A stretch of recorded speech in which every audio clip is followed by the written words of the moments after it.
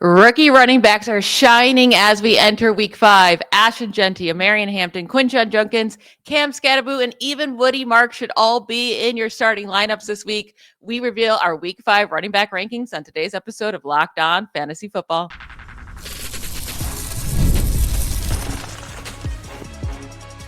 You are Locked On Fantasy, your daily NFL fantasy podcast.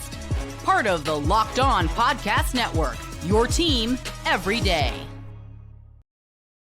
Welcome into the Locked On Fantasy Football Podcast. Thank you for making us your first listen every day. I'm one of your co-hosts, Michelle Magdziuk, and when I'm not doing this, I'm a researcher and fantasy analyst with NFL Network.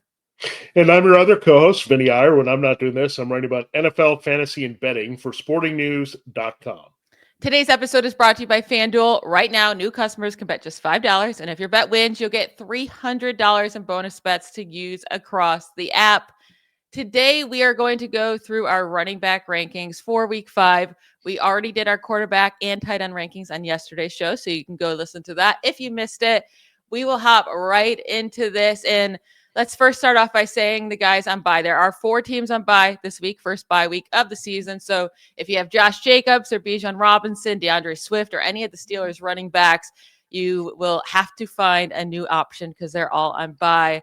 Now, at the top of our rankings, Jahmyr Gibbs, Jonathan Taylor, right? James Cook, those are Jonathan Taylor. Those are all going to be in our top 3, top 4 guys. But one other guy you also have in your top 4 is Derrick Henry. And I wanted to ask you about that because, it's been a disappointing, 3 straight weeks for him, really. 2 points in week 2, 10 points in week 3. So he didn't kill you, but not what you want from Derrick Henry. And then just 6.8 points in week 4. So he gets the Texans this week. Why are you putting him in your top 2? Well, I think they're going to have to lean on him a lot more. The Texans are kind of a middle of the road run defense. Cooper Rush is going to be starting the game here with Lamar Jackson out for at least a couple of games. Maybe he can return after a bye. But yeah, that's a bummer for the Ravens, who are 1-3. This is a tough game, but not unwinnable without Lamar Jackson, because the defense should get a little bit of break from the Texans offense. I know they looked better last week, but if the Ravens can contain the run, they can keep this game close and keep Derrick Henry as a big factor. But they're going to lean on him a lot. We just know this, right? He has to come through. They need to control the ball, right? Also to protect their defense. This has to be their game plan going forward, because Cooper Rush is not going to give you the same dynamic running ability of Lamar Jackson. So that element is gone. So they've got to run the ball. They got to pound it a lot with Derrick Henry. And you can run to the Texans. Again, some teams have had pretty good success. It's just about keeping the game script even so they can stick with Derrick Henry. If it was in Houston, I would be a little bit worried, but it's in Baltimore. That's where he does a lot of his best work. We know that. So I'm not giving up on him. Again, they need to feed him the ball plenty this week. They need to win, and he's the key to doing that this week without Lamar. Yeah, I do. I think Henry will have a solid game even without Lamar because, like you said, they will have to lean on them. I don't think the Texans will go into Baltimore and destroy them, so the game should be close. I have them at 11 just because I like a lot of running backs this week in the top 10. So I'll go through my top 10 real quick, and we can discuss some of these guys. At number 1, it goes Jonathan Taylor, then James Cook, Jahmyr Gibbs, Christian McCaffrey, Omarion Hampton, Breece Hall, Ashton Jeanty, Javonte Williams, Saquon Barkley, Devin Achane. So those are all the guys I have ahead of Derrick Henry, who sits there at number 11. But who I really want to discuss here is those first round rookies, because they're creeping up here where we're getting more confidence in them. Again, I have Hampton at 5, you have him at 8, and then I have Ashton Jeanty at 7, and you have him at 12. Which I get it with Jeanty, right? He had a great matchup last week. We can't expect him to score 3 touchdowns again, but I still think something clicked for him last week, and he just looked so much better than he has in the past. And then with Omarion Hampton, he's been killing it. He's averaging 23.5 points per game over the last 2 weeks. He is the RB1 over the last 2 weeks, leads the NFL in scrimmage yards with 294, a touchdown in both of those games. And this Washington matchup is not scary to me. He's on the field nonstop now that Najee Harris is sidelined. Yeah, I'll go in the reverse order first. Now, you look at Omarion Hampton, he's turned out to be better than we could even expect here, because Najee Harris was going to be a factor, but now he's not, and they're not really working in other guys all that much. So he's also a big runner in terms of big plays, and the Commanders gave up some big plays to Bijan Robinson last week, so that's a lot of problems for them in this matchup.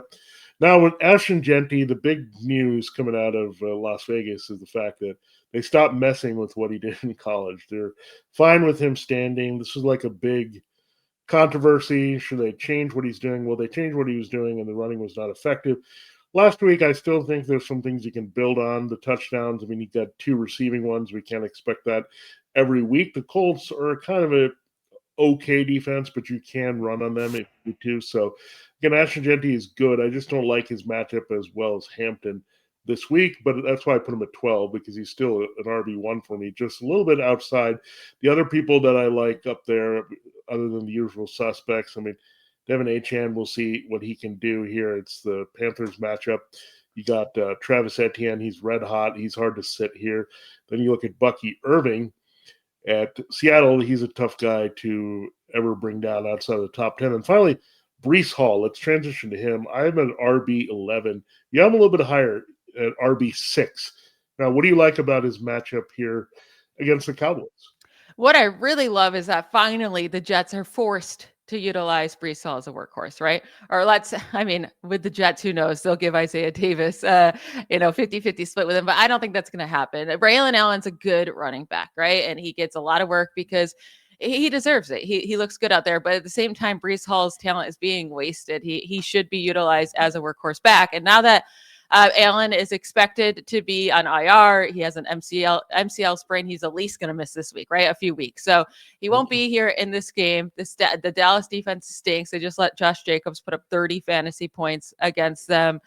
Cam Scatterboo, even in week 2, had a good game against them. Saquon Barkley, a solid game as well. So I love the defense he gets to play. And in the 2 games that he saw at least 15 touches this season, he had 145 and 111 scrimmage yards.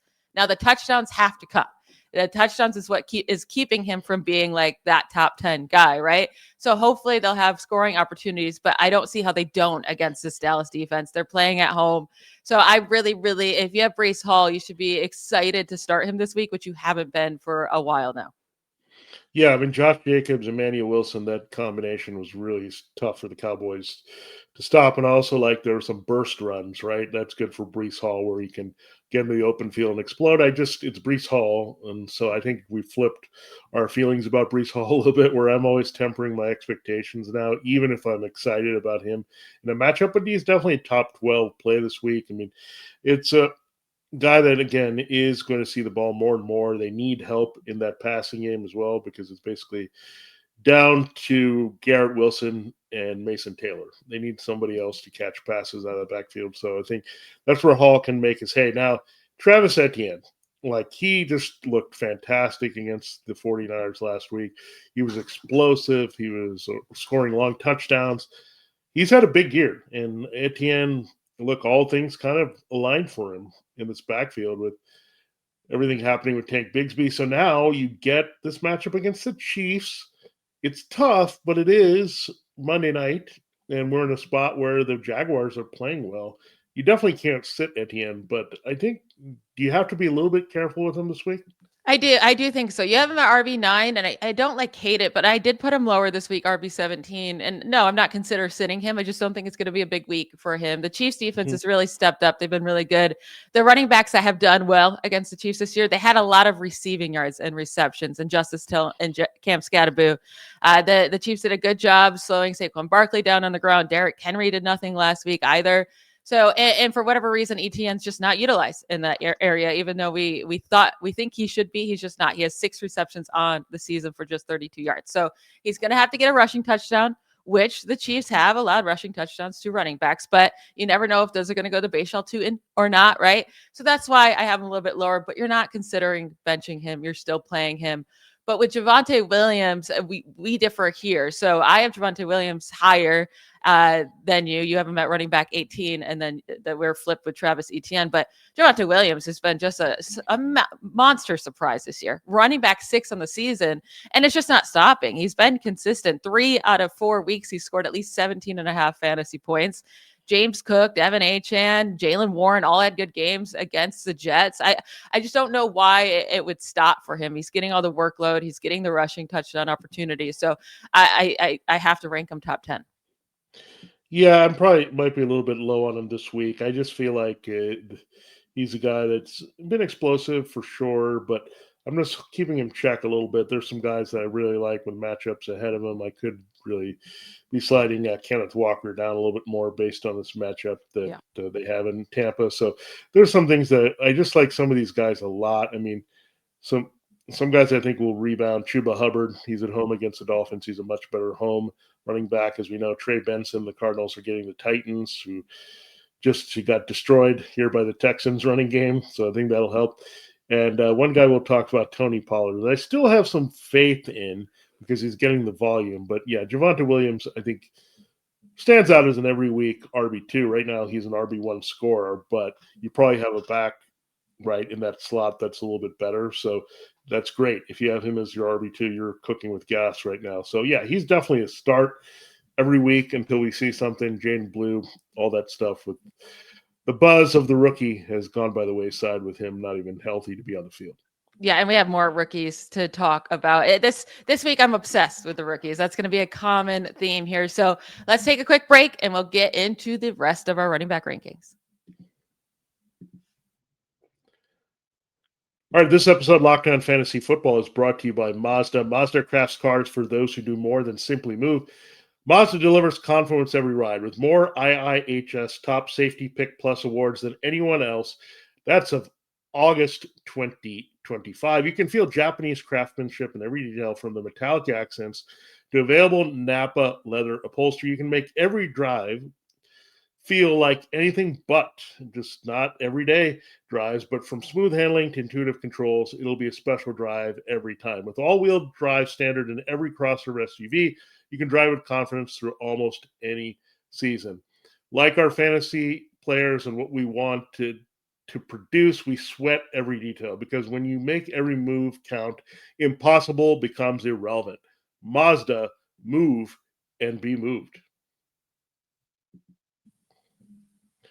All right, Michelle, it is time to continue the show, and I did tease somebody.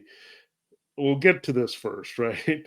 The Tony Pollard thing. Like, I feel like at some point it's going to come through, and I don't like the Cardinals' run defense. I'll just say that. And I'm not sure the Cardinals are that type of team that will come out and smash them from wire to wire the way we saw the Texans, right? I think they're their own flawed team in this game. And you can run on them, and you also can run on the Titans. So, again, the Pollard volume, he's basically a volume-based RB2 for me. That's it. I mean, that's really where you're going, because I know he's going to get the touches. So he might be more of a volume-based flex. Maybe I'm overrating him, but at some point his volume is going to add up to something. It's much like Chris Olave, right? He's getting all the targets and the volume. They finally added up to a touchdown last week. So I'm sticking with Pollard. I don't love it. If he gives a clunker here against the Cardinals, then we might have to consider alternatives, at least at RB2.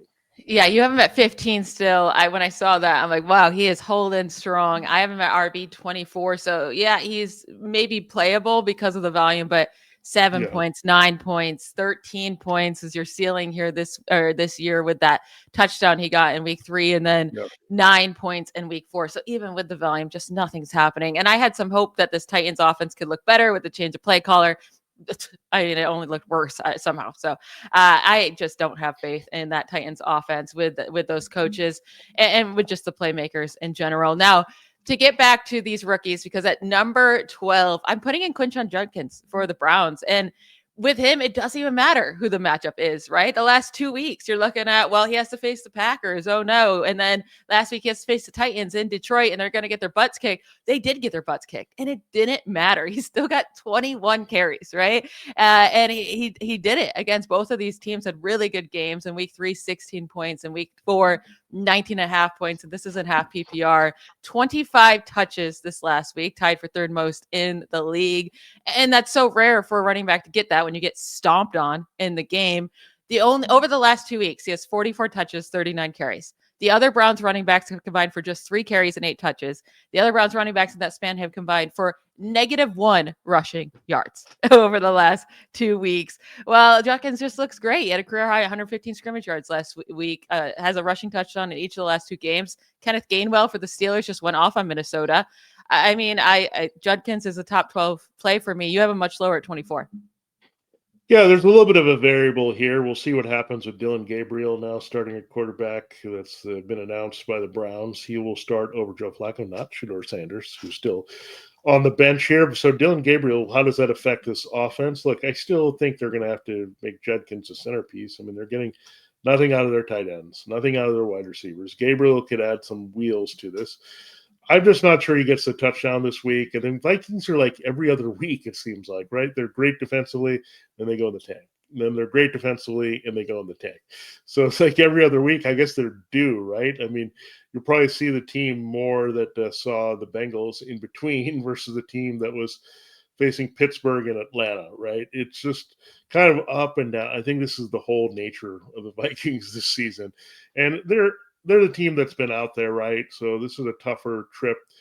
We know they were in Dublin last week. They move over to London. The Browns have to make this transition. So, look, I think Judkins is still playing, and that's why I made sure that he's in the top 24. These are significant rankings when I do that. I just don't believe in him as a top 12 this week, but I could see him in the next tier. And again, there's a lot of guys I like, and that's it. I mean, I could probably have him a little low, but I think this could be a big week for a lot of running backs. Now, you have Chuba Hubbard at 13 against the Dolphins. I get it. It's a great matchup, but I mean, he's been splitting this backfield work with Rico Dowdle, Trevor Etienne's even getting some work. And that production we saw from him last year just isn't really there. First 2 weeks, pretty solid for him, 16 and 16 points, but the last 2 weeks, 8 points in both of those games. So you're really high on him. I think he's a playable guy, but I have him at running back 25 while you have him at 13. Yeah, I mean, this is an important game for Chuba Hubbard to just kind of reestablish himself, really the whole Panthers offense, because, again, they're Jekyll and Hyde, night and day, whatever opposites you want to use from home and away. I mean, those 2 games hardly resembled each other, right? They blew out the Falcons, shut them out at home, then they go to the Patriots, they get blown out and hardly score that game. So I don't know which Panthers team is going to show up from week to week, but I know they need to feed Hubbard, they need to feed Tedder McMillan, everything else is kind of up in the air. So this is an important game for Hubbard. I think he can get it done against the Dolphins D. That matchup is just so juicy for this week that it's hard to ignore Hubbard. Yeah, I understand that, but there's so many guys I just would rather play that we're going to talk about right now, like Trey Benson. I know he was a letdown in week 4 in his first week as a starter without James Conner, but Titans, great matchup, right? Allowing the 4th most fantasy points, the running back position. Trey Benson, they were getting killed for most of the game, the Cardinals, right? And he was even the receiving back in that game, not DeMarcado, which was surprising. So we both agree Benson's going to bounce back. You have him even higher than I do at running back 14. I have it running back 19. I like him more than a guy like Hubbard for sure. And then these rookies, again, getting back to them, Cam Scatterboo, Woody Marks, I both would prefer to play those guys over Hubbard as well. I have Scatterboo at running back 16 against the Saints. I have Woody Marks 18 against the Ravens. You're not far behind me. You have Woody Marks at 19 and Scatterboo at 22. With Scatterboo, he played 75% of the Giants snaps, had 25 touches. It was a tough matchup against the Chargers, so the production wasn't crazy, but it's a much nicer matchup against the Saints this week, who have allowed the 9th most fantasy points to running backs. And then with Woody Marks, his snap share has increased each week of his career, going all the way up to 57% in week 4. It was the first time he played more snaps than Nick Chubb, and he's just so much more efficient and so much better than Nick Chubb. And the Ravens defense is just not good. So I like both of these guys a lot this week. Yeah, and they're gone from sleepers to just guys that are going to get the key volume, not only as runners, but also the passing game. That always helps to pad your stats there. And Mark's got his touchdown in that capacity. So you like the fact that they can use them like that. There's not a lot of weapons on either team. I mean, you have Nico Collins, and you're looking around for the Texans. Now the Giants don't even have Malik Neighbors, so they need to feed these guys to have a shot every week. Maybe it's a little bit like Quinshon Judkins. If you're the island player, that you're going to get most of the work and produce when the matchup is good. The Ravens' run defense is totally wilted. Their front is totally injured, so you can run on them pretty well. Marks definitely is the better option than Nick Chubb. Then Scatterboo, look, gets this Saints, the positive game script should help them a lot in this one. One guy I realize we never talk about is Kyron Williams, but he's just a guy that's going to be in your lineup every week, and he's pretty much the same every week. Like he'll be fine, he'll be good. I have him at 13, you have him at 16, so there's not much to talk about there. You plug him in, he'll just don't fumble. That's all I'm going to say. Don't fumble the game away. So yeah, Thursday. He should be fine. I mean, you saw what Travis Etienne did to the 49ers. Their front is really hurting without Nick Bosa. So you trust him again, but he just has to protect the ball. We don't want him to lose his job all of a sudden. Sean McVay won't tolerate that for too much longer. So something to watch. Again, he's always a good bet to score a touchdown. He just needs to get a touchdown, and then he's got a very high floor. Now, one guy we haven't talked about yet is Kenneth Walker. We're both a little bit worried about his matchup. So we'll get to him, that Seahawks backfield and that confusion. And then plus the Patriots confusing backfield while we finish up our running back rankings for week 5. Let's take a quick break. The NFL season is here and FanDuel has an offer you don't want to miss. Right now, new customers can bet just $5 and get $300 in bonus bets if you win. That's right. Pick a bet, put down $5, and if it hits, you'll unlock $300 in bonus bets to use across the app. I love how FanDuel offers me numerous ways to play. I can build parlays, I can try player props, and even put in wagers for the live lines during games. It makes watching football even more exciting when you've got a little something riding on the action. Whether you're a casual fan or love diving into the stats, FanDuel makes the game day experience so much better. So what are you waiting for? Visit FanDuel.com to download the FanDuel app today and get started. Most people can't name all their financial accounts or even know what they're worth, whether it's 401ks, properties, or investments. And when you don't have the full picture, you can end up leaving money on the table. That's why there's Monarch Money. It's an all-in-one personal finance tool that brings your entire financial life together in one clean, easy to use interface on your laptop or phone. Monarch does the heavy lifting for you. You can link all your accounts and minutes, see clear data, visuals, get smart categorization of your spending, and finally feel in control of your money without ever touching a spreadsheet. I linked all my accounts to Monarch and immediately spotted a few subscriptions, more than a few, I wasn't even using. Canceling those alone saved me money every month. Don't let financial opportunities slip through the cracks. Use code LOCKEDONNFL at monarchmoney.com in your browser for half off your first year. That's 50% off your first year at monarchmoney.com with code LOCKEDONNFL. Let's finish up our running back rankings for week 5. And at number 20, I have Kenneth Walker. And you're a little bit higher on me. You have a couple spots ahead, but we are worried about not only Zach Charbonnet's usage, right? Like they keep taking turns about who's good that week. Charbonnet's efficiency, though, has been absolutely terrible on the ground, averaging 2.5 yards per carry, and he's not used in the passing game. Well, Walker doesn't get a ton of receptions either, but he has been more efficient on the ground. They kind of split who gets the rushing touchdowns. But this Buccaneers run defense is very, very good. And I do think they can hold up against Walker and Charbonnet. And we just don't know who's going to get the workload in any given week. It's like they split it, but who's going to get the touchdown? Yeah, they split it, and Charbonnet has gotten some pay dirt of late. I mean, he missed the game in week 3. And look, Kenneth Walker, I think for either of these guys to really jump into RB1 status, one has to miss a time or a game because they want to evenly split. They have a plan, I guess. They're winning, so they're not going to deviate from what they're doing right now with Walker and Charbonnet. But yeah, you mentioned the Bucs is a tough matchup to really trust either of these guys totally. I think you have to play Walker. I think you can bench Charbonnet, however, because you're a little bit more touchdown dependent on him. Walker has at least the volume and can catch a few passes, even if he's shut down a little bit by the Bucs in between the tackles. So, again, just be wary of that. I think you have to play Walker. You don't necessarily have to play Charbonnet. I don't even think you have to play Walker. If you have these other options that we talked about, like let's say you picked up a Judkins or a Scadaboo or a Woody Marks, like I would consider playing those guys over Walker this week. I mean, the Buccaneers held Bijan Robinson to 2.0 yards on the ground, Saquon Barkley to 2.3, Breece Hall to 2.3 yards per carry. Their run defense is legit. So you got to get a touchdown, right? And you don't know if that's going to go to Charbonnet or Kenneth Walker. So it might end up okay if you have to start. I'm not saying he's a must sit, but if you have other options, I would consider it. Now, one rookie that you're actually higher on me than this week is TreVeyon Henderson for the Patriots. You have him at running back 20 for the Bills.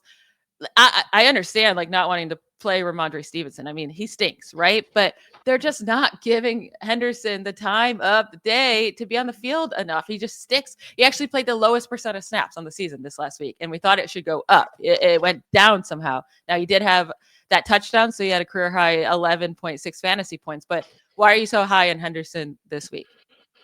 Yeah, I think he's going to continue to score, and this is a high-scoring game. So the Bills also have not been totally shut down against the run. They allowed Kendry Miller to score last week. We know the Derrick Henry big game in week 1. They just have not been great, and Matt Milano's back to being hurt, it seems like, every time, and he's the cover guy that you're looking at there. So Henderson could also do some stuff in the passing game. I think they'll give him more snaps this week as they prepare for this game. And again, this should be a back-and-forth scoring game, a little bit more than what we saw, of course, with the Panthers, right? That wasn't much of a challenge. They were in control. So maybe they also knew this game was coming up and didn't want to like overwork anybody, right? To make sure that they're at full speed for the Bills. But they'll need all of Henderson's talent here if they're going to plan to upset Buffalo.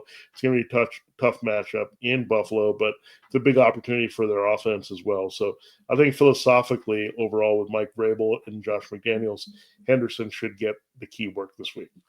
Now, Vinny, what are you doing with Alvin Kamara? Because the last 2 weeks, I mean, this whole season, it hasn't been pretty. He hasn't scored more than 13 fantasy points in a game, but last 2 weeks, 6 points, week 4, 9 points. He's just not getting the receptions we're used to. Even with 4 receptions last week, he got 2 receiving yards, hasn't had more than 21 receiving yards in a game this year. We know there's not a lot of scoring opportunities to be had, right? He scored 1 touchdown in week 1 and has not scored a touchdown since then. The Giants are a pretty solid matchup. They give up a lot of yards on the ground, but I still just think even with that matchup, Kamara is just a low-end RB2 flex play moving forward, even in this matchup. Yeah, I don't quite get it because Spencer Rattler doesn't throw balls downfield all that much. He's very inefficient at that. He hasn't won a game as a starter, by the way. So, they're probably going to lose this one. But where are the checkdowns? Like even the games where they're trailing, right? The Seahawks game, like where are the checkdowns to Alvin Kamara? That's what we're counting on a little bit for his value with a weaker arm quarterback. Maybe it comes down to you need a stronger arm quarterback. And when the deep ball's not there, Tyler Shuck can maybe throw to Kamara. So I don't know if they can go if they lose this game badly with Rattler. Like I don't know how you can keep looking at this kid. Like you have to take a shot, like to at least evaluate Shuck going forward because Rattler's not the future of this offense. He clearly isn't. He's just there because he's the most experienced option they have post Derek Carr. So I think this is a Rattler issue.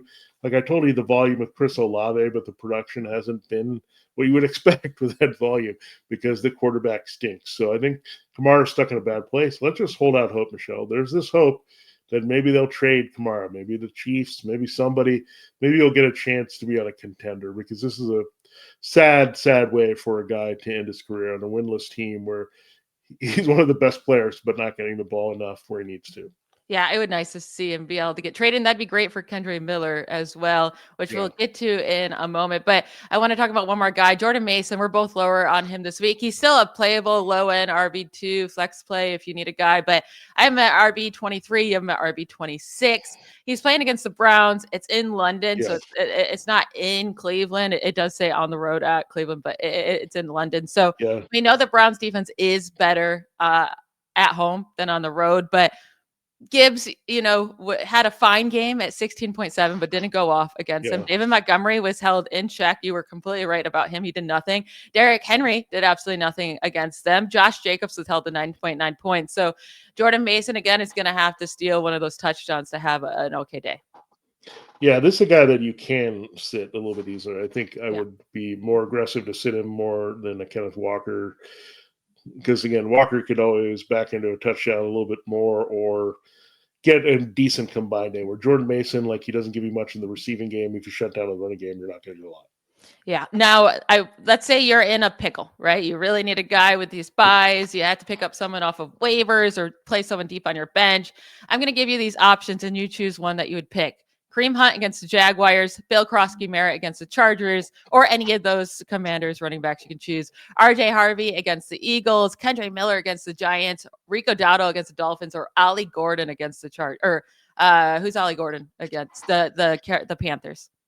Oh man, I would say Ollie Gordon has your best shot to get a touchdown. RJ Harvey has the best chance to maybe do some damage in the receiving game. Remember, the Eagles lost track of Bucky Irving last week, so that could help. RJ Harvey's kind of in that little playmaker role behind J.K. Dobbins. So look, in deeper leagues, I would go with Harvey. I think in a little bit more modest leagues, I look at Gordon or Hunt, hoping that you get a touchdown out of them this week. And you absolutely cannot play the Commanders' backs. It's ugly.